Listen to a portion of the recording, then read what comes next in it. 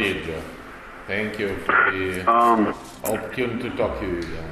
That's a great pleasure. Well, this is an opportunity the President insisted that be made available. Look, I know I appreciate, the quick follow-up call we had last week, but it's really important that we're able to speak secure and ensure that we're on the same page. My team has briefed me in considerable detail on the events that transpired over the weekend of the 6th and the 7th. And as you know, Clinton initially shared those details of Ukrainian intelligence operations with our ambassador, but in the end, you're president of Ukraine, and responsibility, with all due respect, rests with you. And we have to be absolutely honest with each other. These actions have left both the president and me a little concerned. And the president is coming back from his vacation. He's convened a meeting next week.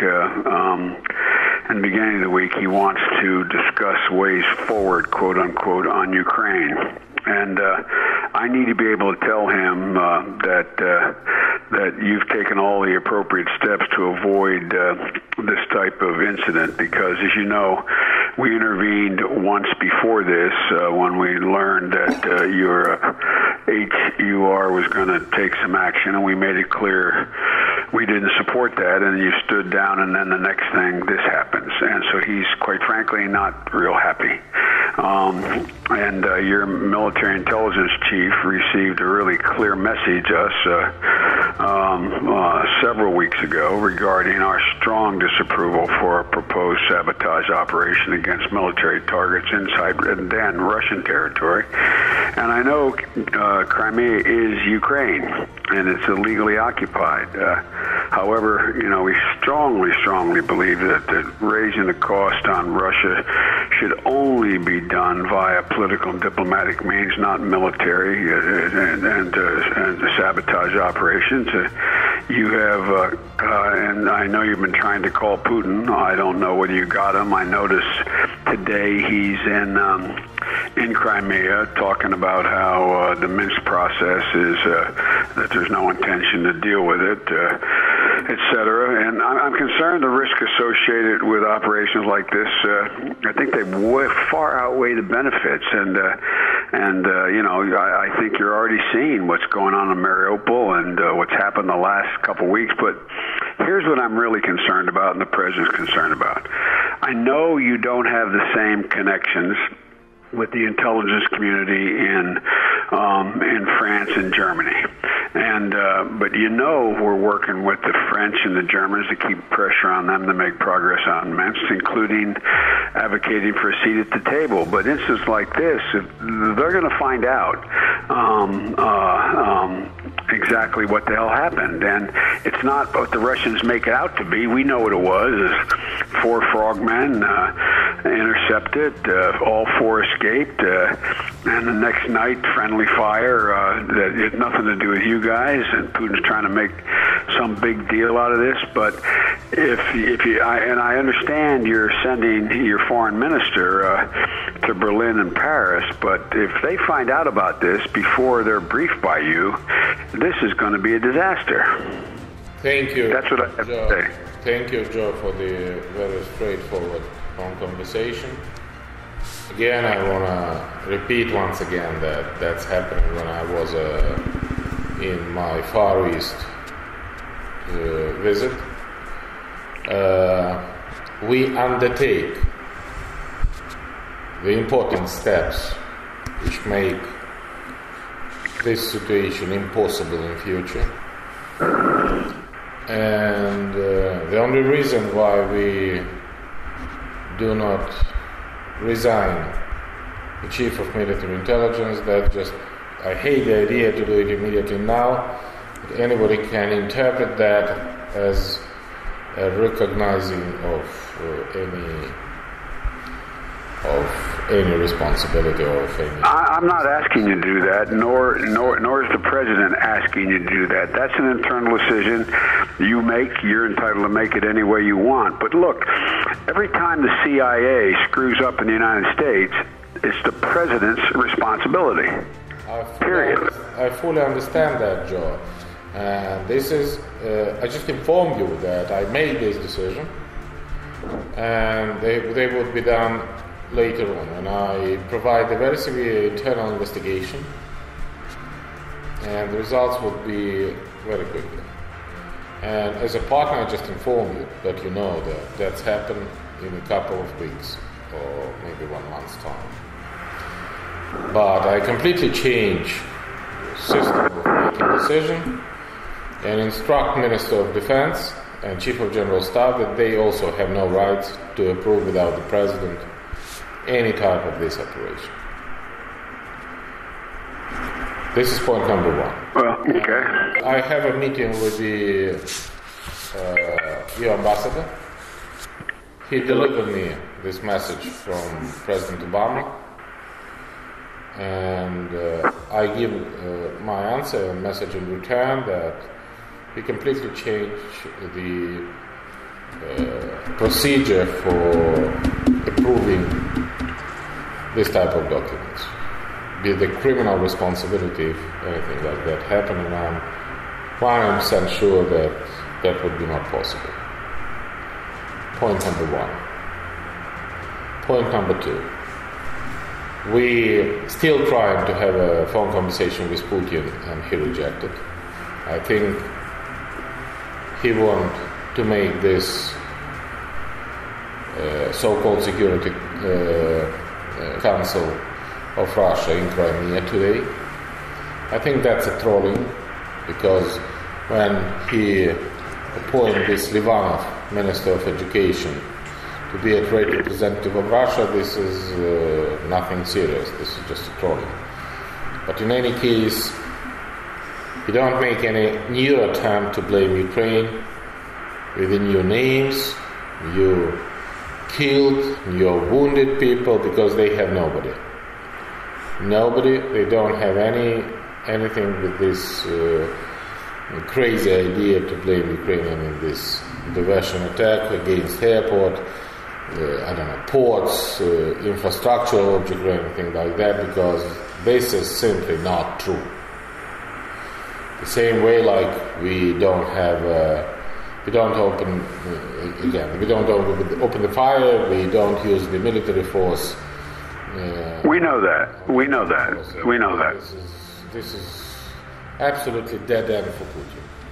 And at the end of the day, also because of your trust and your firm position, we create in the world the opinion that we put Crimea back in the agenda. And with that situation, I think Putin loses. Well, let me tell you right now, Petro, at the moment, I'm worried that you're going to lose short term. I'm worried that you and I both know that both France and Germany and our European friends are looking for an excuse to again always blame Ukraine for whatever's going on. And what he's about is trying to make sure that they don't force him to have to meet his conditions under Minsk. And I am really worried that, and I have to tell you, the president is, he already thinks I'm a little bit too inclined to always take Crimea's position. Ukraine's position. But this has caused real difficulty here. I don't want to kid you about it. And by the way, I've asked Brennan, the CIA director, to follow up with your intelligence director, including Kondratyuk, to reinforce our strong view that Ukraine's political leadership has to be fully informed in any operations, which you're already doing. But going forward, it's really, I encourage you to continue to keep the rhetoric balanced and consider how your actions are going to be perceived internationally. I mean, you have me, you have the bulk of my team, and but I tell you, it's I am really worried about this. First of all, I thank you for these messages. We are open to you. we are transparent, and we are responsible. So you do not have to think that we can bring any problem to you, because we demonstrate an absolutely responsible behavior. And this neither no, the you Russian didn't, territory, no, you didn't. You did not initially. Now, whether you knew it or not, whether you knew they were going forward in Crimea or not, and I believe you say you didn't know, okay, I believe it. But we had no idea what you were about to do. It was not fully transparent, and it causes a gigantic problem. What do you mean? I just confirmed that we plan to act on the political diplomatic way. No, I got that. And from this point on, I get it. I'm just telling you, I don't want you to misunderstand. Look, all I'm doing as a friend is telling you my making my arguments here made a whole hell of a lot harder now. It's a whole lot more difficult for me to make my case. Why? For you in this country. And I don't want to sugarcoat it. I continue to do it. We'll get by this, but it cannot come close to happening again. I guarantee you that this is not happening again. Nothing like that. Not only this, but nothing like that. That's point number one. Point number two.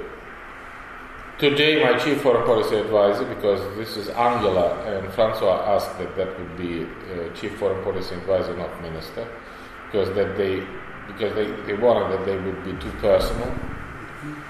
And they have a meeting in Berlin with the Christoph Heusing, who is the chief foreign policy advisor of Angela, and with the deputy Audibert, I don't remember, but Francois also sent his trustworthy people.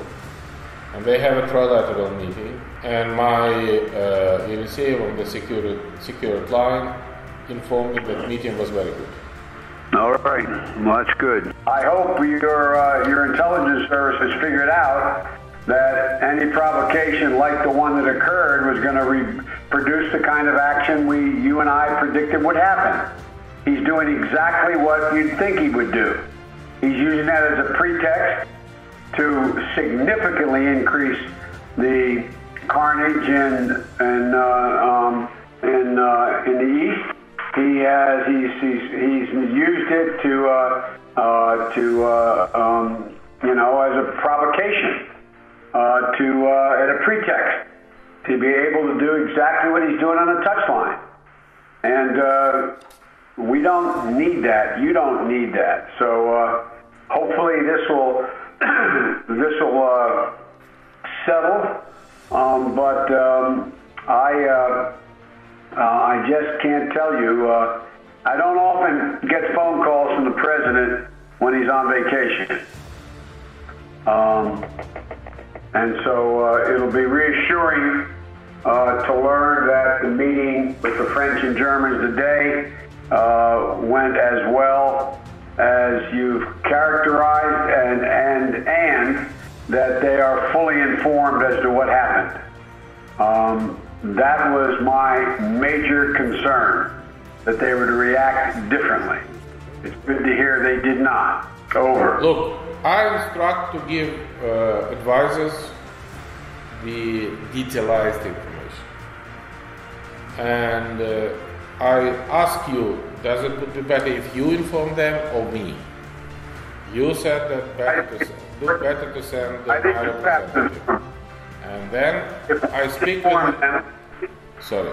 If we inform them, it will look like we have in the past known things that we haven't told them. We should not be the one informing them. You should be informing them.